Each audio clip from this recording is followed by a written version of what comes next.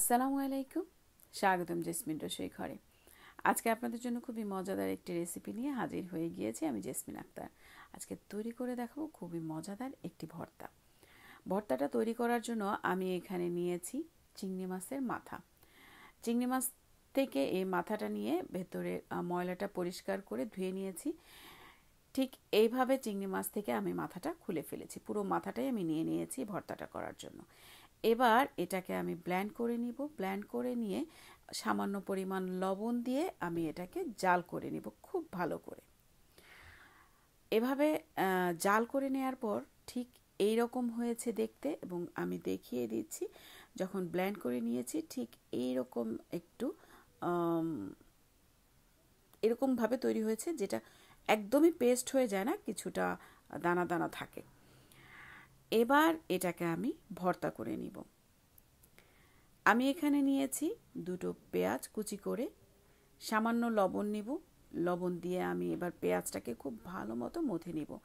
যেহেতু আমি চিংড়ি মাছের মাথাটাকে লবণ দিয়ে সেদ্ধ করেছি, তাই লবণটা একটু বুঝে দিতে হবে। আর যারা কন্টিনিউ আমার ভিডিওগুলো দেখেন কিন্তু এখন পর্যন্ত আমার চ্যানেলটিকে সাবস্ক্রাইব করেননি, আশা করি আমার চ্যানেলটিকে সাবস্ক্রাইব করে নেবেন এবং পাশের বেল আইকনটিও প্রেস করে রাখবেন প্রত্যেকটা নতুন নতুন ভিডিওর নোটিফিকেশন পাওয়ার জন্য। এখানে দেখিয়ে দিচ্ছি আমি একটু ধনে পাতা নিয়েছি। এই ভর্তাটাতে ধনে পাতাটা ইউজ না করলেও যায়, তারপরেও আমি একটু বিলাতি ধনে পাতা নিয়েছি কুচি করে সামান্য। এবার আমি এর ভেতরে দিয়ে দিচ্ছি শুকনো মরিচ। লবণ এবং ঝালটা যে যার পছন্দ মতো নিয়ে নেবেন। শুকনো মরিচটাকে আমি টেলে নিয়েছিলাম আগেই। এবার খুব ভালো মতন পেঁয়াজের সাথে শুকনো মরিচগুলো আমি ডলে নিচ্ছি। এই ভর্তাটা মানে চিংড়ি মাছের এই মাথা ভর্তাটা অন্যভাবেও করা যায়। আমার আরও একটা রেসিপি আছে আমার চ্যানেলে, আপনারা চাইলে দেখে নিতে পারবেন। তবে এভাবেও ভর্তাটা করলে খুবই মজা হয়। অনেকে আমরা জাস্ট চিংড়ি মাছের একদম মাথার অংশটাকেই নিয়ে ভর্তা করি, কিন্তু আমি এখানে পুরো মাথাটাকে নিয়েছি, যার কারণে অনেকটা ঘন হয়েছে এই মিশ্রণটি। আমি চেষ্টা করি সবসময় খুব সহজ সহজ রেসিপিগুলো আপনাদের জন্য নিয়ে আসার। আশা করি আপনারা উপকৃত হন।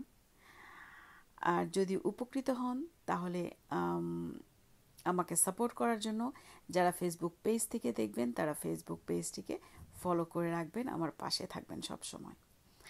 এভাবে পেঁয়াজের সাথে শুকনো মরিচ এবং ধনে পাতাটা খুব ভালো মতো মিশিয়ে নিয়ে এবার আমি এর ভেতরে দিয়ে দিব রেডি করে রাখা মানে সেদ্ধ করে রাখা চিংড়ি মাছের মাথা।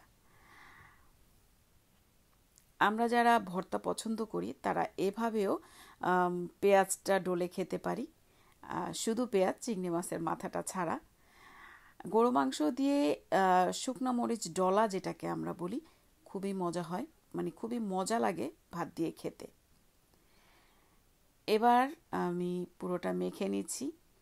আপনারা চাইলে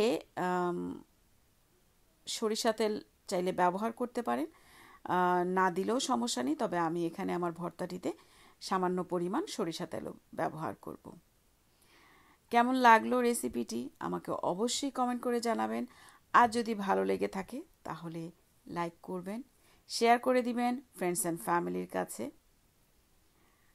আর আমার পাশে থাকার জন্য আমার চ্যানেলটিকে সাবস্ক্রাইব করে রাখবেন। আবারও বলছি, যারা ফেসবুক পেজ থেকে দেখবেন তারা ফেসবুক পেজটিকেও ফলো করে রাখবেন। থাকবেন আমার সাথে সব সময়।